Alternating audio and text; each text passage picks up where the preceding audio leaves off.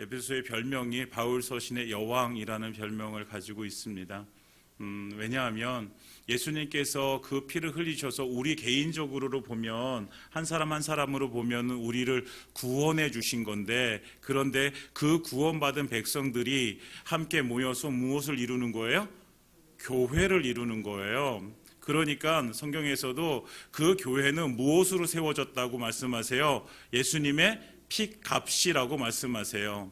예수님께서 피를 뿌려 이 땅 가운데 세우신 공동체가 무엇이냐? 교회이기 때문에 그 교회에 대해서 말해주고 있는 에베소는 참 중요한 책이고, 그리고 교회의 비밀에 대해서 우리에게 하나님께서 말씀해주고 계신 거죠. 그래서 우리가 아마도 한 2주 정도 될 것 같아요. 에베소를 다 같이 나누려면. 그래서 5월, 6월, 7월, 아마 7월까지 아마 에베소를 가지고 나눌 텐데, 여러분들 에베소를 통해서 우리가 함께 하나님의 크신 은혜를 누렸으면 좋겠습니다. 그리고 교회라는 것에 대해서 분명히 알고, 내가 교회를 다니는데 과연 교회가 무엇인가 이제 분명히 알고 다녀야 되잖아요. 그래서 그것을 좀 우리가 함께 이렇게 은혜 받고 또 교회에 대해서 알고, 그래서 더욱더 우리가 교회를 세워나가는데 정말 귀한 내 몸이 쓰여지기를 원합니다. 그래서 우리가 함께 사모함을 가지고 우리 수요예배에 함께 동참해 주셔서 감사하겠습니다. 교회, 사람들은 교회를 이제 택해서 다녀요. 교회를 선택하는 그 기준들이 사람마다 다 달라요. 맨 처음에 이제 예수를 믿고 교회를 선택해야 되는데, 교회 어떤 교회를 가서 선택할까?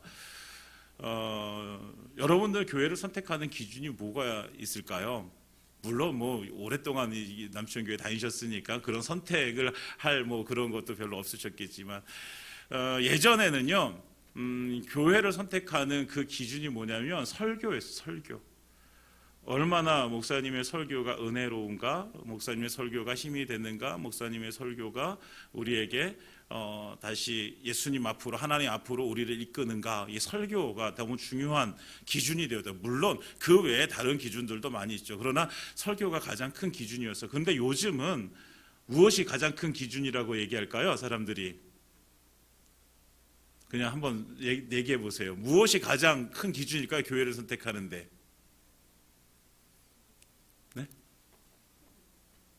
크기도 될 수 있죠. 크기와 비슷하게 그 기준이, 요즘 사람들의 기준이 주차장이래요. 주차장. 네.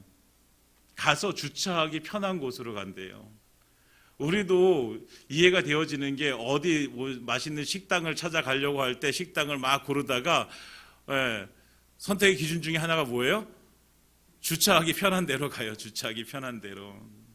그런데 너무 마음 아프게도 안타깝게도 교회를 선택하는 기준 중에 하나가 주차장이 돼요. 근데 그 기준이 요즘은 너무 커버린 거예요. 우리 교회 성도님들은 너무나 감사하게도 교회 주차장이 있음에도 불구하고, 남았음에도 불구하고 주변에 주차하고 오시는 거 너무너무 감사드려요. 교회가 여력이 되어져 주차장이 더 넓었으면 좋겠는데 그러지 못한 것에 대해서, 그럼에도 불구하고 자발적으로 헌신하셔서 좀 걸어오시더라도 두고 오시고 이러시는 모습들을 보면서 제가 너무 감사한데, 그래서 주차장에 대해서 그렇게 불만들이 없으셔서 너무 감사한데, 어떤 교회는 이 주차장 때문에 너무 문제가 심각한 교회들도 있다고 해요. 그러니까 내가 조금 더 편하려고 하는 거죠. 조금 더 가까이 대고 들어가서 좀 더 편하게 하려고. 근데 교회는 편하려고 오는 것이 아니잖아요, 여러분. 그렇죠? 여러분 교회 편하려고 오세요? 아니요. 교회는요 생명을 얻으려고 오는 곳이죠. 편하려고 오는 것이 아니에요.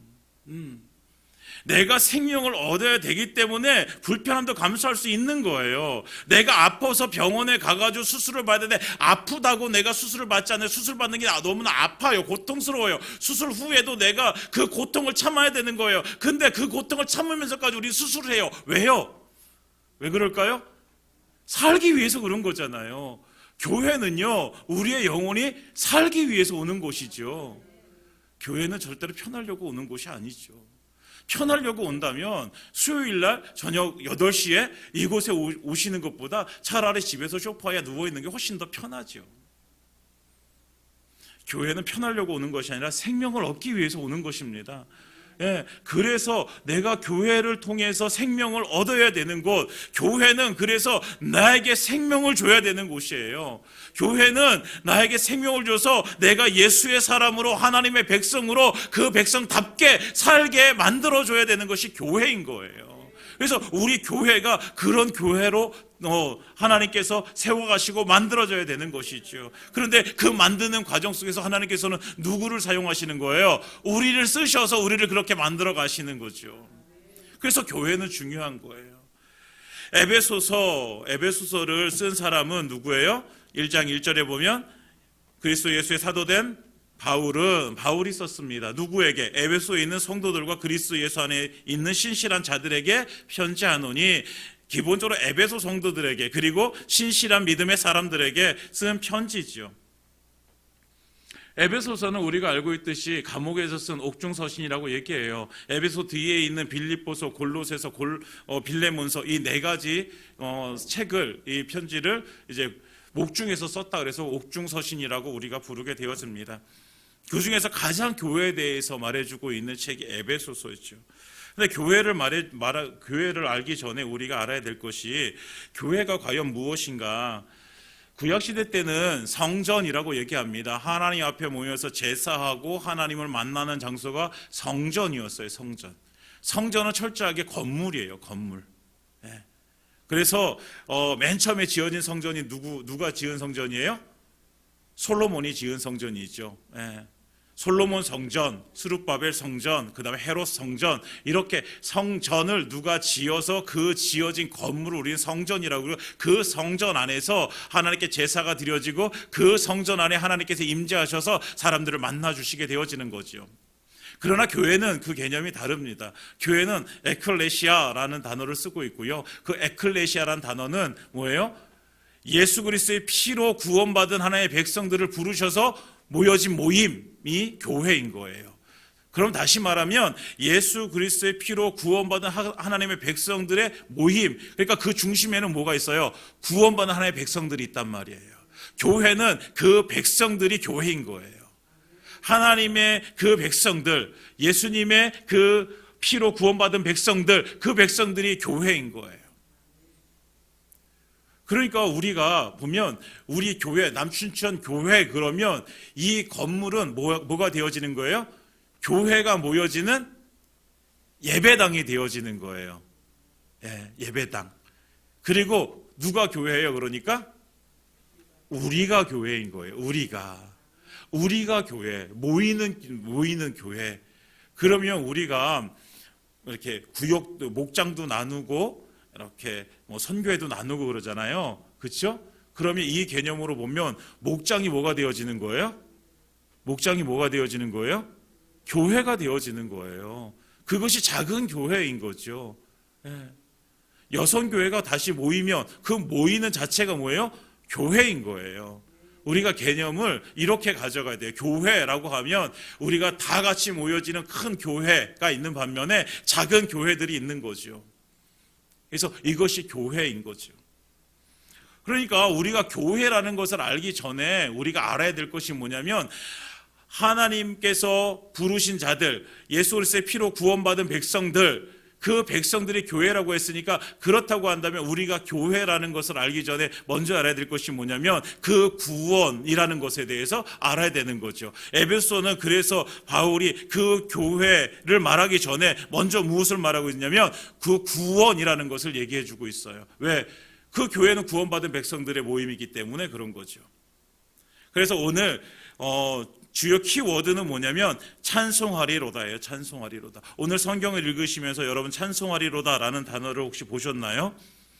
3절에 있죠. 3절에 찬송하리로다라고 말하고 있어요. 6절에도 있습니다. 6절 그의 은혜의 영광을 찬송하게 하려는 것이라. 그리고 12절에 그의 영광의 찬송이 되게 하려 하심이라. 14절에 그의 영광을 찬송하게 하려 하심이라 라고 말씀하고 있어요. 오늘 키워드는 찬송함이에요. 찬송함. 잘 기억해 두시기 바랍니다. 찬송함이에요. 찬송. 그럼 무엇을 찬송하는가? 를 얘기했을 때 3절부터 6절까지는요 성부 하나님께서 어떤 일을 행하셨는지, 7절부터 12절까지는 성자 예수님께서 어떤 일을 행하셨는지, 13절과 14절에는 성령 하나님께서 무엇을 하셨는지에 대해서 말씀하고 있고, 이 하나님께서 하신 이 모든 이 삼위 하나님께서 하신 일들에 대해서 우리는 무엇을 해야 된다? 찬송해야 된다라는 것이죠. 그래서 첫 번째, 성부 하나님께서 무엇을 하셨느냐? 성부 하나님께서는 우리를 구원하시기 위해서 계획하셨다는 거예요. 우리를 구원하시기 위해 하나님의 계획. 3절에 보면 이렇게 말씀해요. 찬송하리로다 하나님 곧 우리 주 예수 그리스도의 아버지께서 그리스도 안에서 하늘에 속한 모든 신령한 복을 우리에게 주시되, 그리스도 안에서 하늘에 속한 모든 신령한 복을 우리에게 주셨습니다. 아멘. 하나님께서 예수 그리스도 안에서 하늘의 신령한 복을 우리에게 주셨다는 거예요. 이 신령한 복이 무엇일까요, 여러분? 신령한 복이에요. 신령한 복. 그냥 복 아니에요, 여러분. 신령한 복. 이 신령한 복이 무엇일까요? 제가 여러 번 이 복이라는 거에 대해서 말씀드렸잖아요. 여러분, 이 복에 대한 개념이 분명해야지 우리가 믿음 생활하는데 온전한 믿음 생활을 할 수가 있어요. 여러분, 복이라는 것은 그리스도인이 가져야 될, 예수 그리스도 안에 사는 사람들이 가져야 될 복이 뭐냐면, 우리가 복 받았다라고 하면서 하나님의 뜻대로 우리의 삶 가운데 이루어진 것이 우리에게 복이어야 되는 거예요. 하나님의 뜻이 아니라면 그것은 우리에게 복이 아닌 거예요. 아무리 내게 물질적 이익이 많아지고 내가 건강해지고 내가 좋은 대학에 가고 좋은 곳에 직장을 갖게 되어지고 내가 사람들이 말하는 잘 되어졌어, 성공했어 라는 말을 들을지라도 그것이 하나님의 뜻이 아니라면 그것은 우리에게 복이 아닙니다. 이렇게 말하면 별로 인기 없는 설교자가 된다고 그래요, 남들이. 그러나 성경에서 말해주고 있는 복은요 분명한 거예요. 이것을 말해주지 않으면 단순히 우리의 육신이 잘 되고 우리의 생각대로 되어지는 것이 우리가 복이라고 얘기한다면 그것은요 하나님의 말씀대로 우리가 살지를 못하는 거예요. 알지 못하는 거예요. 여러분, 그리스도 안에서 그리스도인에게 모든 것, 그 모든 것들에게 복은 모든 것이 하나님의 뜻대로 이루어지는 것입니다. 그러니까 사도 바울이 그 은혜를 알기에, 그 복을 알기에 어떻게 합니까? 감옥에서도 무엇을 할 수 있는 거예요? 찬송할 수 있는 거예요. 감옥 안에서도요 예배할 수 있는 거예요. 어떻게 감옥 안에서 이렇게 할 수 있어? 여러분, 빌립보서를 읽어보세요. 빌립보서를 읽어보시면 그 감옥 안에서 빌립보 성도들에게 뭐라고 얘기해요? 기뻐하라, 내가 다시 말하노니 너희는 기뻐하라 라고 얘기했어요. 어떻게 감옥 안에 있는 사람이 자기가 기뻐하기 때문에 그들에게 기뻐하라고 말할 수 있는 거예요. 자기는 기뻐하지 않는데, 자기는 막 지옥 같은 삶을 살아가고 있는데 그 다른 사람들에게 야 기뻐해야 돼, 기뻐해야 돼 이렇게 얘기할 수 없어요. 바울은요 감옥 안에서도 기뻐했다고. 왜요? 하나님의 복이 무엇인지 알았으니까, 하나님의 은혜가 무엇인지 알았기 때문에 그런 거예요. 사랑하는 여러분, 우리의 어떤 상황 속에서도 하나님의 복을 누리는 저와 여러분들 삶이 되어지길 원합니다. 그래서 하나님께서는 우리에게 신령한 복을 주시는 거예요. 이 신령한 복이라는 것이 4절에 이렇게 말씀하세요. 곧 창세전에 그리스도 안에서 우리를 택하사 우리로 사랑 안에서 그 앞에 거룩하고 흠이 없게 하시려고. 우리가 받은 복은, 이 신령한 복은 무엇이냐면 그리스도 안에서 우리가 택함 받은 복이에요. 그리스도 안에서 택함 받아서 거룩하고 흠이 없게 하시는 복이에요. 우리는 원래 죄 있는 사람들이고요, 거룩하지 않은 사람들이고 흠 있는 사람들이란 말이에요. 그런데 하나님께서 우리를 택하셔서 거룩하고 흠이 없게 만드시려고 하나님께서 우리에게 복을 주시는 거죠. 그런데 거룩하고 흠이 없게, 어떻게 거룩하고 흠이 없게 살아갈 수 있을까? 우리는 모든 사람들은 다 죄인인데, 그래도요 어떻게 우리가 거룩한 삶, 어떻게 흠이 없는 자, 어떻게 이렇게 회복되어질 수 있을까? 그래서 하나님께서는 그것을 이루시기 위해서 구원의 계획을 세우시는 거예요. 내가 저들을 흠이 없고 거룩하게 만들어야 되겠는데 어떻게 해야 될까? 이것을 내가 저 죄인들을 내가 어떻게 하면 흠없는 자로 거룩한 사람으로 내가 만들 수 있을까? 하나님께서 이것에 대해서 계획하시는 거예요. 구원의 계획은 하나님의 영광에서 이탈된 자들을 하나님의 영광으로 다시 복귀시키는 것이, 이것이 구원의 계획인 거예요. 하나님은 다시, 그러니까 하나님의 품을 떠난 사람들을 하나님의 품으로 다시 데리고 오시기 위해서 그 계획을 세우시는 거죠. 그래서 그 계획이 무엇이냐? 5절이에요. 5절 다 같이 읽겠습니다. 시작. 그 기쁘신 뜻대로 우리를 예정하사 예수 그리스도로 말미암아 자기의 아들들이 되게 하셨으니. 아멘. 예수 그리스도로 말미암아 자기의 아들들이 되게 하시는 거예요. 이 아들들이 되게 하심, 이것에요 엄청난 비밀이 숨겨져 있는 거예요. 예수 그리스도로 말미암아, 그러니까 우리를 아들 되게 하시는 그것은 누가 하실 일이에요? 예수 그리스도가 하실 일이에요. 그렇죠? 예수 그리스도로 말미암아 우리를 그의 아들 되게 만드시는 거예요.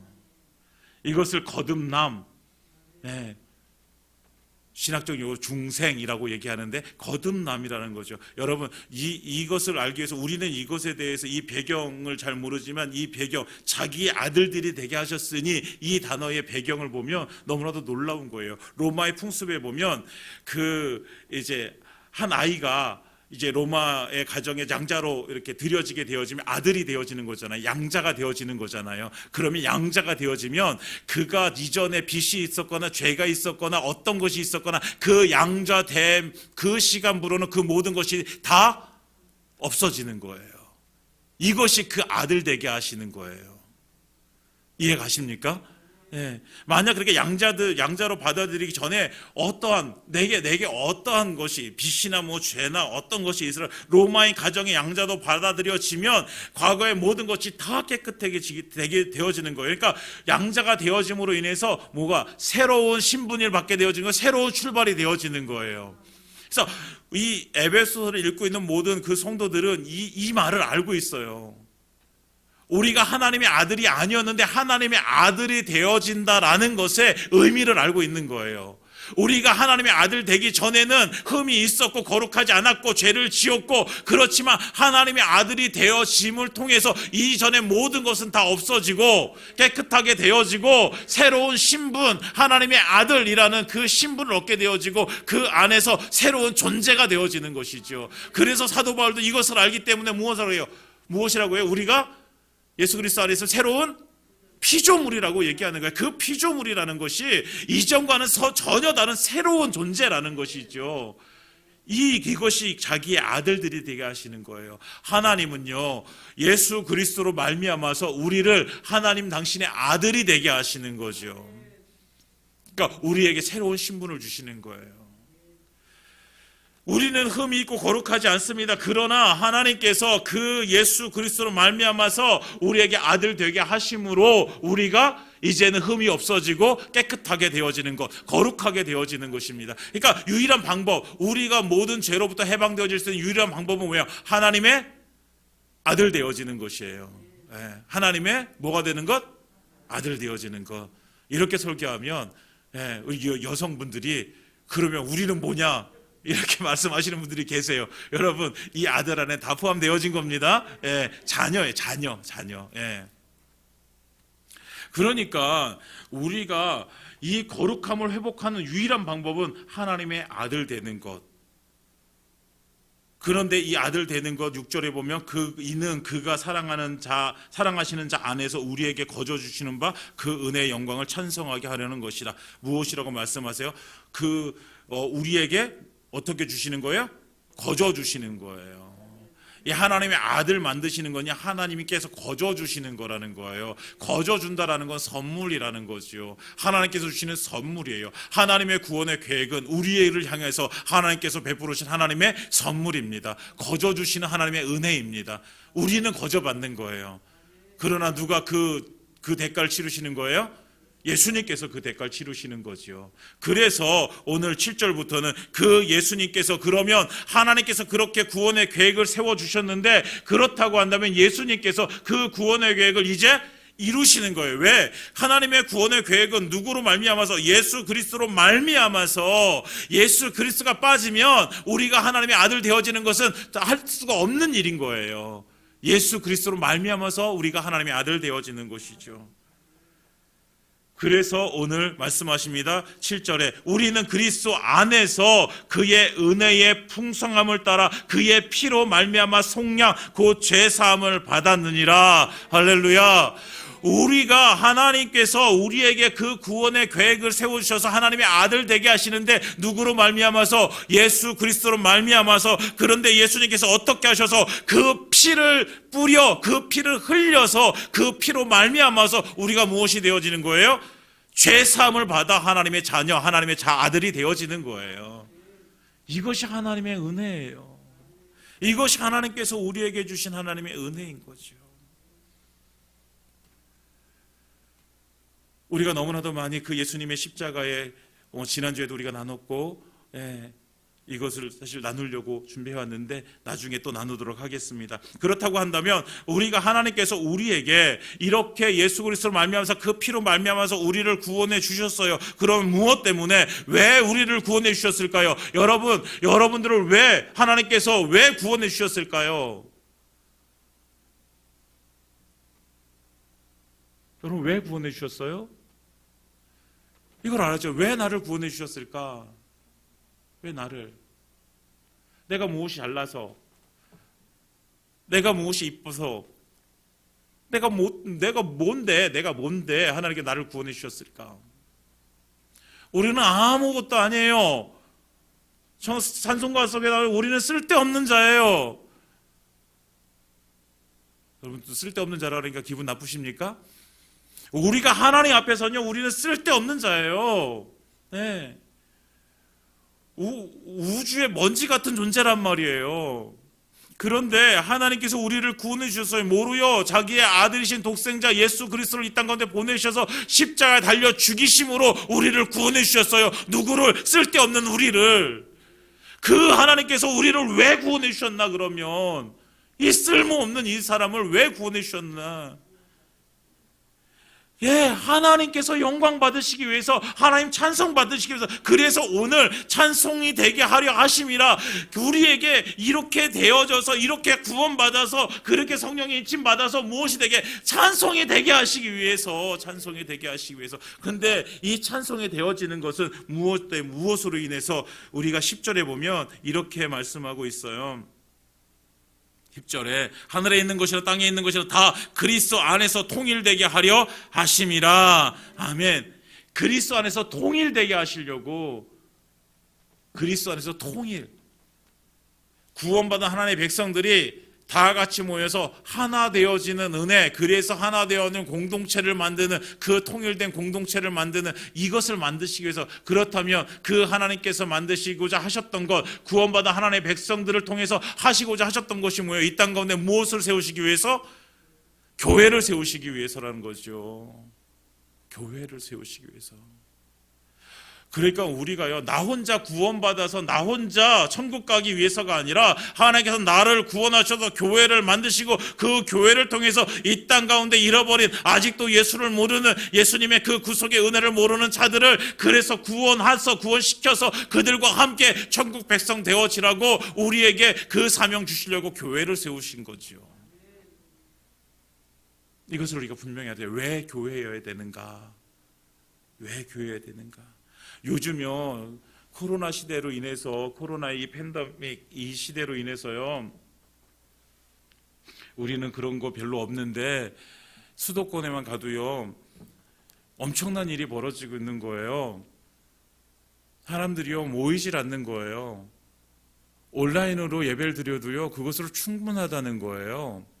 여러분, 히브리서 기자는요 분명히 얘기하고 있어요. 모이기를 피하는 어떤 자들의 습관과 같이 하지 말라라고 얘기하고 있어요. 교회는요 모여야 되는 거예요. 교회는 단순히 건물이 아니라 예수 그리스도를 주로 시인한 그 부르심을 받은 사람들의 모여야 되는 것이죠. 모여야지 교회인 거예요. 모이지 않으면 교회가 아니에요. 목사님 모이지 않으면 어때요? 교회가 아니면 어때요? 아니요, 교회여야 되는 거예요. 왜요? 하나님께서 우리를 구원하시기 위해서 그의 아들 삼으시려고 그 아들 예수 그리스도를 이 땅 가운데 보내 십자가에 달려 죽게 하심으로 인해서 이 땅 가운데 만드시려고 하셨던 것이 뭐예요? 교회예요. 그 피값으로 사신 것이 교회예요. 그런데 예수님께서 피값으로 사신 교회인데 나는 교회는 아니어도 돼요. 나 혼자 예수 잘 믿어서 구원받으면 돼요. 이렇게 얘기하는 것은요 하나님의 뜻을 모르는 거죠. 여러분, 우리가 어떤 상황 때문에 어쩔 수 없이 온라인으로 예배 드릴 수도 있어요. 그렇지만 그것이 우리에게 이것이 교회다라고 얘기하면 안 되는 거예요. 이것이 정당하다고 얘기하면 안 되는 거예요. 그거는요, 정당하지 않은 거예요, 여러분. 정당한 것은 우리가 함께 모여서 하나님을 찬송하고 기도하고 예배하고 하나님께서 맡겨주신 복음 증거하고 그래서 영혼 살려내고 이것이 교회가 해야 될 역할이죠. 하나님께서 이것을 위해서 우리에게 하나님의 자녀 되게 하시는 그 은혜를 주신 거예요. 누구를 통해서? 예수 그리스도를 인해서. 그래서 그 다음에 예수님께서 우리를 그렇게 구원하셔서 십자가에 달려 죽으셔서 구원하셨어요. 그 다음에 마지막 성령님께서 무엇을 하세요? 그 성령님께서 13절에 그 안에서 너희도 진리의 말씀 곧 너희의 구원의 복음을 듣고 그 안에서 또한 믿어 약속의 성령으로 인치심을 받았으니, 인치심을 받게 하시는 거예요. 인치심이 뭐예요? 인이 뭐예요? 도장을 여러분들 집을 계약을 하면 계약서를 딱 쓰고 나서 무엇을 찍어요? 도장을 찍어요. 도장을 딱 찍어요. 도장이 찍히지 않으면 뭐예요? 무효예요. 무효. 우리가 구원받았다라는 것을 도장 찍어주신 분이 누구예요? 성령님이시라는 거예요. 그래서 성령님께서 도장을 찍으셔서 너 구원받았어. 우리가 구원의 확신이라는 것은 누가 주시는 거예요? 성령님께서 우리에게 주시는 거예요. 나를 위해서 예수님이 십자가에 피 흘려 죽으셨고 나를 위해서 부활하셨고 그래서 나도 이제 부활의 소망을 가지고 살 수 있는 존재가 되어졌다라는 것을 성령님께서 내 안에서 감동하시고 감화하셔서 내 안에서 그것을 확신시켜 주시는 거예요. 이것이 뭐예요? 성령님께서 도장을 찍어주시는 거예요, 여러분. 성령께서 인쳐주시는 거란 말이죠. 네, 요 다음은 다음 주에 하도록 하겠습니다. 다음 주를 기대해 주시기 바랍니다. 할렐루야. 네, 사랑하는 여러분, 말씀을 마치겠습니다. 여러분, 구속이라는 말이요, 구속하다. 오늘 하나님께서 우리를 구속하시기 위한 계획을 세우시고 그 구속을 누가 예수 그리스도의 십자가에 피 흘려 이루시고 그것을 누가 성령님께서 인쳐주셨다라고 말씀을 드렸습니다. 오늘 우리가 이것을 기억하셔야 됩니다. 근데 구속이라는 것은 어떤 것이냐면 예를 들면 이런 거예요. 노예를 살려고 생각을 가지고 노예 시장으로 갔어요. 그리고 노예를 샀어요. 아주 비싼 값을 주고 샀어요. 그리고 그 노예를 사고 나서 그 노예를 데리고 와가지고 그에게 선포를 하는 거예요. 너는 이제 자유다라고 선포를 하는 거예요. 이것이 구속이에요. 이것이 구속이에요. 예수님께서 죄의 종으로 살고 있었던 우리를 그 값을 주고 사셨어요. 누구의 값? 예수 그리스도의 그 피의 값을 주고 우리를 사셨어요. 그리고 우리에게 무엇이라 선포하는 거예요? 너는 더 이상 죄의 종이 아니다. 너는 이제 내 아들이다. 너는 이제 자유자다라고 해서 우리를 해방시켜 주시는 거예요. 이것이 구속인 거예요. 이 구속, 우리를 자유케 하시려고 우리를 죄로부터 이제 멀어지게 우리는 죄와 상관없는 존재로 만드시기 위해서 하나님께서는 자기 아들을 삼아주시고 그 아들을 삼아주시려는 계획을 세우시고 그 예수님을 이 땅 가운데 보내셔서 그 계획을 이루시고 성령님으로 우리를 그렇게 인치셨다라는 것입니다. 사랑하는 여러분, 이 구원을 받은 자가 누구예요? 바로 저와 여러분들입니다. 이 구원의 은혜에 우리가 감사하며 살았으면 좋겠습니다. 그리고 구원받은 백성들, 하나님께서 만들고 하셨던 이 땅 가운데 교회, 건강하고 아름다운 교회를 세워나가는 저와 여러분들의 삶이 되어지기를 예수님의 이름으로 축원드립니다.